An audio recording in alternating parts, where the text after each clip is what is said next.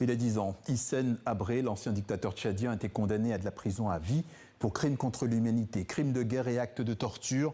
Un jugement rendu par la Cour spéciale africaine de Dakar qui s'est aussi accompagné d'une indemnisation aux victimes de 150 milliards de francs CFA. Seulement, voilà, 10 ans plus tard, cette indemnisation n'a été que très partiellement accordée. Les victimes en quête de réparation, c'est le choix de la rédaction avec Nadia Ben Mafoud.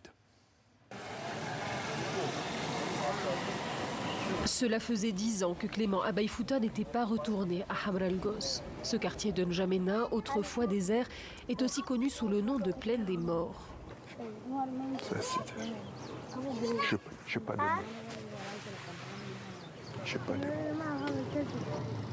Ici, des milliers de victimes du régime d'Hissène Habré sont enterrées. Des fosses communes creusées et remplies par des prisonniers comme Clément Abaye Fouta, choisi par les geôliers pour être fossoyeur. C'était ma toute première sortie avec l'équipe de fossoyeurs. Et ces jours-là, on avait un seul cadavre dans le véhicule.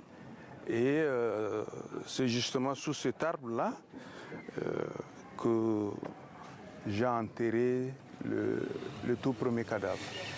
Épuration ethnique et torture systématique. Entre 1982 et 1990, le régime d'Hissène Habré a instauré une dictature de terreur au Tchad. Bilan, environ 40 000 morts. Aujourd'hui, les survivants se battent encore pour obtenir mémoire et réparation. Il n'y a aucune considération pour la mémoire de tous ceux qui ont été enterrés ici. Tout est clôturé.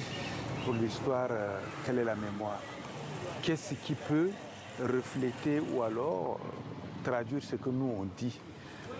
On va paraître comme des menteurs parce qu'il n'y a pas de traces, il n'y a rien.